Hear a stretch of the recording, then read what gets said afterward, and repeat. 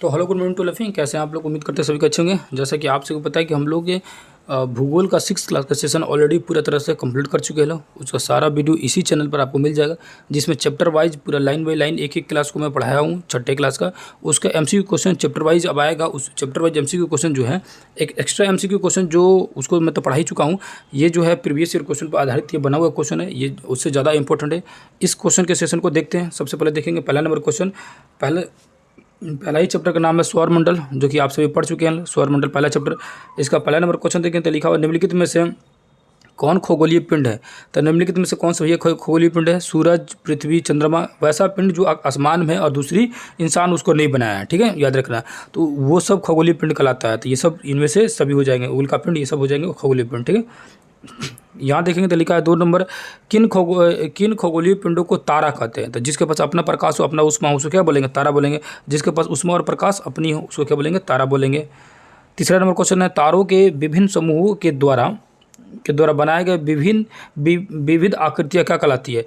जो अलग अलग तारा जो होते हैं आकृति बनाते हैं, उसको क्या बोलते हैं, तो नक्षत्र मंडल बोलते हैं। ऐसे नक्षत्र मंडल जो है 27 को है, याद रखिएगा। ठीक है, तो जो अलग अलग आकृति बनाते हैं तारे जो है, जैसे कि सप्तर्षि तारा जो है, ये सब क्या है, नक्षत्र मंडल है। ठीक है, उसको देखेंगे अर्था मेयर और बिग बियर, इनका संबंध किससे है। अंतरिक्ष में अर्था मेयर और बिग बियर किससे संबंधित है भैया। तो ये सब आप लोग पढ़ा चुके हैं। ये सब क्या है, नक्षत्र मंडल है, यानी कि एक तारों का समूह है, बिग बियर और अर्था मेयर। ठीक है, अगला क्वेश्चन आते हैं। अगले क्वेश्चन देखते हैं 5 नंबर क्वेश्चन, किन खगोलीय पिंडों को ग्रह कहा जाता है। ग्रह उसे कहेंगे जो सूरज की परिक्रमा करेगा।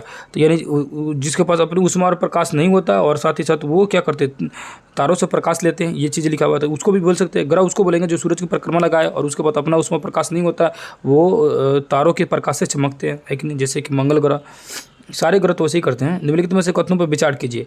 तो कह रहा है कौन सा कथन। पहला कथन कह रहा है पृथ्वी एक ग्रह है जो अपना संपूर्ण प्रकाश और उष्मा सूर्य से प्राप्त करता है। बिल्कुल सही। पृथ्वी सूर्य से दूरी के हिसाब से चौथा ग्रह है। पहला बुध, दूसरा उसके बाद शुक्र, तीसरा पृथ्वी। तो ये गलत है। दूसरा स्टेटमेंट जो है तीसरे नंबर में है, यानी दूरी के हिसाब से देंगे तो तीसरे नंबर में। ठीक है, और आकार के हिसाब से तीसरे नंबर बड़ा है, नहीं ये उल्टा दे दिया। ठीक है, तो याद रखिएगा पहला सही है केवल, दूसरा गलती है, दूरी के हिसाब से नहीं है। ठीक है, सूर्य में बढ़ती हुई दूरी के आधार पर ग्रहों का, तो पहले बोला कि बुध, उसके बाद शुक्र, यानी पहले बुध होता है, उसके बाद से शुक्र होता है, उसके बाद से पृथ्वी होता है, उसके बाद से मंगल होता है।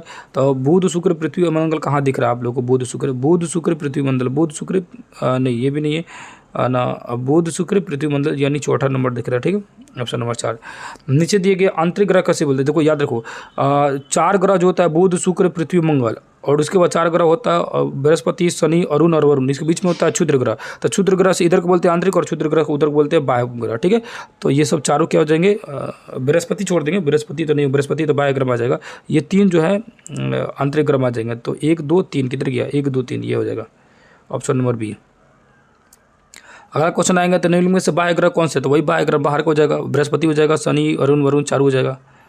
ठीक है, नीचे कथनों को पर विचार करना। पहला कथन कर रहा है बुध का सूर्य के चारों ओर परिक्रमा काल सौर मंडल के सभी ग्रहों से सबसे कम है बुध का। तो बुध सबसे नज़दीक है, तो जल्दी परिक्रमा मार देगा ना, 88 दिन में मार देता है। बुध सूर्य के सबसे नज़दीक रहे, दोनों सही है। तो ए भी दोनों सही है, ए और बी दोनों सही है, सबसे नज़दीक है इसीलिए, तो यानी ऑप्शन नंबर ए हो जाएगा। सौर मंडल के किन 2 ग्रहों के बीच क्षुद्र ग्रह की पट्टी है। तो बुध और मंगल और बृहस्पति के बीच। मंगल बृहस्पति कहाँ लिखा है, बताइए। मंगल बृहस्पति यहाँ है, डी नंबर। ठीक है, हमारे सौर मंडल के सूर्य के सबसे दूर कौन सा ग्रह अवस्थित है, सबसे दूर कौन सा ग्रह है। तो याद रखिएगा वरुण ग्रह। अरुण और वरुण में वरुण यानी नेपच्यून जो है सबसे अंतिम ग्रह है। अगला क्वेश्चन आएंगे क्वेश्चन नंबर 13। ठीक है, ये चैप्टर वाइज क्वेश्चन सब सीरीज चल रहा है। इस सीरीज को आप देखते रहिएगा, इससे काफ़ी ज़्यादा फायदा होगा। जो 1 to 5 क्लास के स्टूडेंट जो एग्ज़ाम देने वाले उनके लिए ये खास बहुत ज़्यादा फायदेमंद हो जाएगा। ठीक है ना, और ये चैप्टर अगर थ्योरी क्लास करना होगा तो उसका वीडियो मैं डाल चुका हूँ, आप देख सकते हो। और उसके साथ साथ ही 7th class, 8th class, 9th class और 10th क्लास का कंटिन्यू चल रहा है, वो भी 1-2 दिन में कंप्लीट हो जाएगा। और हिस्ट्री का जो है 8th क्लास से मैं शुरू किया हूँ, 8th क्लास का उसका भी वीडियो डाला जा चुका है। 2 चैप्टर का वीडियो डाला चुका है, उसमें भी NCERT और SCERT दोनों एक साथ पढ़ा रहा हूँ। आप चाहें तो सारी चीज़ें देख सकते हैं, चैनल पर सारी चीज़ अवेलेबल मिल जाएगा। इसका PDF या नोट्स वगैरह लेना होगा तो आप टेलीग्राम पर मैसेज कर सकते हैं, या टेलीग्राम पर सारे PDF को अपलोड कर दिया जाता है। टेलीग्राम का चैनल का नाम है ए बड़ा लिखिएगा, बाकी सारा छोटा है ना, ALAMSIR है ना 555 यानी 555, ठीक है। तो आलम सर 555 कीजिएगा, आपको मिल जाएगा, ठीक है। अगला देखेंगे तो यहाँ लिखा हुआ है, क्या लिखा हुआ था, कथन विचार कीजिए। पृथ्वी के आकार को जीओडी कहा जाता है, बिल्कुल सही है। पृथ्वी ध्रुव के पास चपटी है, ये भी सही है, यानी किधर गया, ए नंबर ऑप्शन, ए और आर दोनों सही है, ठीक है। 14 नंबर क्वेश्चन है, निम्नलिखित क्वेश्चनों में से सत्य कौन। अंतरिक्ष से देखने पर पृथ्वी हरे रंग का दिखाई देता है, हरे नहीं नीले कलर का एक्चुअली में दिखाई देता है। और पृथ्वी का हरा रंग यहाँ का वनों कारण, हरा रंग इसका वनों कारण नहीं है, नीले कलर का दिखाई देता है। ये तो ना एक ना दो से, दोनों में से कोई सही नहीं है। सौरमंडल का निर्माण किससे मिलकर बना हुआ था। सौरमंडल में सूरज भी है, उपग्रह भी है, सूर्य भी, उल्कापिंड, ये सभी हो जाएंगे सौरमंडल में, ठीक है। और इसके अलावा बहुत सारे होते हैं सौर में, जो किताब में लाइन से लिखवाए अंडरलाइन किए हुए, उसमें आपको बताया थे कि सौर परिवार के सदस्य, और उसमें बहुत डिटेल समझा है, जैसे आपके परिवार के सदस्य होते हैं, चाचा चाची भाई बहन, बहुत अच्छे से समझाया हूँ। एक बार प्लीज़ उस क्लास को देखिएगा, और नहीं देखेंगे तो, ठीक है। यहाँ 16 नंबर क्वेश्चन लिखा, निम्नलिखित कथनों में से कौन सत्य है। तो सूर्य का खिंचाव बल सौरमंडल को बांधे रखता है, ठीक है ना। सौरमंडल में सूर्य और सौरमंडल के लिए प्रकाश एवं ऊष्मा का मुख्य स्रोत है। सूर्य जो है सौरमंडल के लिए प्रकाश ऊष्मा का मुख्य स्रोत है, तो बिल्कुल सही है ना। आगे आ जाइए, एक और दो दोनों सही हो जाएगा। अगला क्वेश्चन देखेंगे, सौरमंडल, इसको और थोड़ा जूम कर देते हैं ताकि आपको साफ से दिखे। सौरमंडल के सूर्य को चारों ओर चक्कर लगाते हैं, इनके रास्ते किस आकार के होते हैं। तो दीर्घवृत्ताकार होता है, आपसे पता है कि मतलब ऐसे ऐसे चक्कर लगाते हैं, ऐसे ऐसे ग्रह चक्कर लगाते हैं, ऐसे ऐसे चक्कर लगाते हैं, इसको दीर्घवृत्ताकार कहा जाता है। किस ग्रह को पृथ्वी के जुड़ा कहा जाता है। पृथ्वी के जुड़ा है, पृथ्वी को बहन, पृथ्वी के जुड़ा, सब शुक्र को बोलेंगे, ठीक है। और पृथ्वी का सबसे निकट ग्रह कौन सा है, तो यही है, शुक्र ही है, इसीलिए तो बोलते हैं उसको। हमारे सौरमंडल का सबसे बड़ा और सबसे छोटा ग्रह, सबसे बड़ा हो जाएगा बृहस्पति और सबसे छोटा बुध हो जाएगा, ठीक है। वो कौन से दो ग्रह है जिसका सौरमंडल का अन्य ग्रहों की तुलना में परिक्रमा विपरीत दिशा में। देखो उल्टा घूमता, बोले थे कि शुक्र और अरुण, शुक्र अरुण कहाँ दिख रहा है, शुक्र और अरुण यहाँ दिख रहा है, ठीक है। ऑप्शन नंबर सी, याद रखिएगा, सी का लगाया हूँ, सी, ठीक है। अगला क्वेश्चन आएंगे, यहाँ पर देखेंगे किधर के। निम्नलिखित कथनों पर विचार कीजिए। पहला कथन है, बृहस्पति शनि यूरेनस के चारों ओर छल्ले, बृहस्पति शनि और यूरेनस, ठीक है, इसके चारों तरफ छल्ले हैं, ठीक है। और ये छल्ले विभिन्न पदार्थों के असंख्य छोटे छोटे पिंडों से बना है, बिल्कुल सही है। मैं बोला था कि सिर्फ शनि के ऊपर ही छल्ले नहीं है, बृहस्पति और शनि यानी अरुण पर भी छल्ले, यानी चारों जो बाह्य ग्रह वो चारों पर छल्ले होते हैं, याद रखिएगा, ठीक है। हमारे सौरमंडल में किन ग्रहों के पास एक भी चंद्रमा नहीं है। बोले थे कि बुध और शुक्र के पास चंद्रमा नहीं है, बुध और शुक्र के पास क्या है, चंद्रमा नहीं है। शनि के पास तो बहुत ज़्यादा है, लगभग किताबों के हिसाब से देखा जाए तो 62 गो है, जो कि बिहार बोर्ड की किताब में देखा था। यूरेनस के पास में लगभग 23 गो से भी ज़्यादा है, ठीक है। अगर देखेंगे निम्नलिखित में से सबसे अधिक चंद्रमा किसके पास है, तो बृहस्पति हो जाएगा चंद्रमा, लेकिन ये ऑप्शन के हिसाब से दिया शनि, हालांकि आप याद रखिएगा बृहस्पति, शनि नहीं, ठीक है। बृहस्पति के पास ज़्यादा है, अभी भी ये दिया हुआ शनि के पास 83, बृहस्पति के पास 80, लेकिन अभी फिलहाल में खोज किया गया था बृहस्पति के पास 84 हो गया, याद रखिएगा, अभी भी बृहस्पति है 1 नंबर पर, सॉरी ना। आगे जाइए, निम्नलिखित कथन से कौन सा कथन सत्य है। तो उपग्रह जो ग्रहों की परिक्रमा करते हैं, उपग्रह जो ग्रहों की परिक्रमा करते हैं और साथ ही सूर्य की भी परिक्रमा करते हैं, नहीं, ये उपग्रह जो होता है ग्रह की परिक्रमा करते हैं और साथ ही साथ सूरज की भी परिक्रमा करते हैं।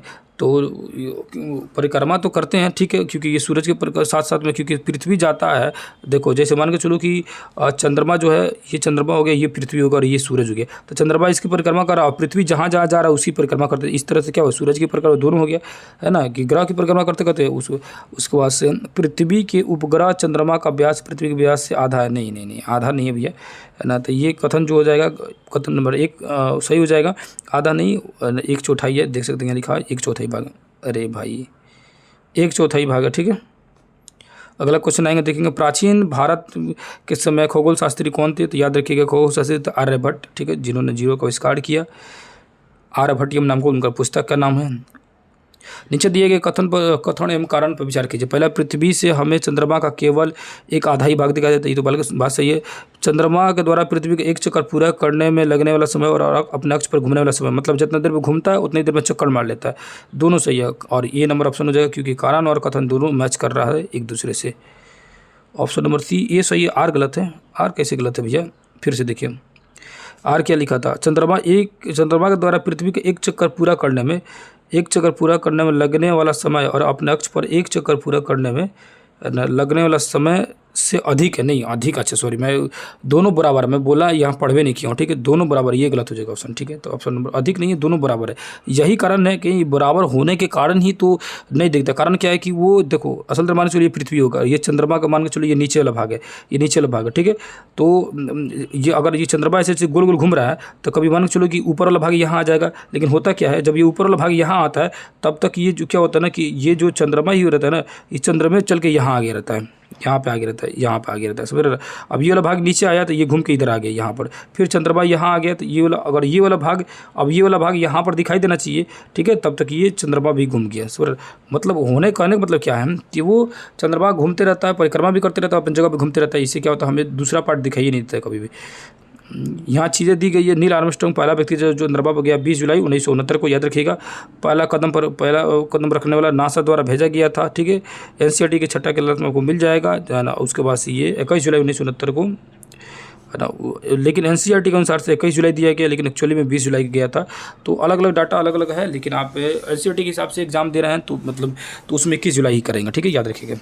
अगला क्वेश्चन देखेंगे तो लिखा हुआ है सूर्य निम्नलिखित कथनों विचार कीजिए। सूर्य के चारों तरफ चक्कर लगाने वाले पृथ्वी के छोटे छोटे टुकड़े का क्या कहते हैं, उल्का पिंड कहते हैं, बिल्कुल सही है। और खुले आकाश में फैली एक के छोर से दूसरे छोर तक चौड़ी सफ़ेद पट्टी आकाशगंगा कहलाती है, ये भी सही है ना। 1 और 2 दोनों सही हो जाएगा, इधर आइए, 1 और 2 दोनों सही, ठीक है, दोनों कथन सत्य है, ठीक है। आगे आ जाइए। अब हो गया दूसरा चैप्टर। तो इस तरह हो गया हम लोग पहला चैप्टर कंप्लीट। इसी तरह एक एक चैप्टर करके आते रहेगा, 5-6 चैप्टर 7 चैप्टर होगा ज़्यादा से ज़्यादा मैक्सिमम छठे क्लास में, और उसी तरह 7वें क्लास का, 8वें क्लास का, 9th क्लास का, 10th क्लास तक का सारे वीडियो आते रहेगा। आप सभी देखते रहिएगा। उम्मीद कर रहा हूँ वीडियो आपको अच्छा लग रहा होगा और बढ़िया लग रहा होगा, तो कमेंट करके जरूर बता सकते हैं। किसी भी तरह का सजेशन देना होगा तो बेधड़क आप कमेंट कीजिएगा, आपकी कमेंट को देखा जाएगा। तो यहीं पे करते हैं वीडियो का एंड, फिर किसी दूसरे क्लास में मिलेंगे। तब तक धन्यवाद, नमस्कार, अस्सलाम वालेकुम, जय हिंद, जय भारत।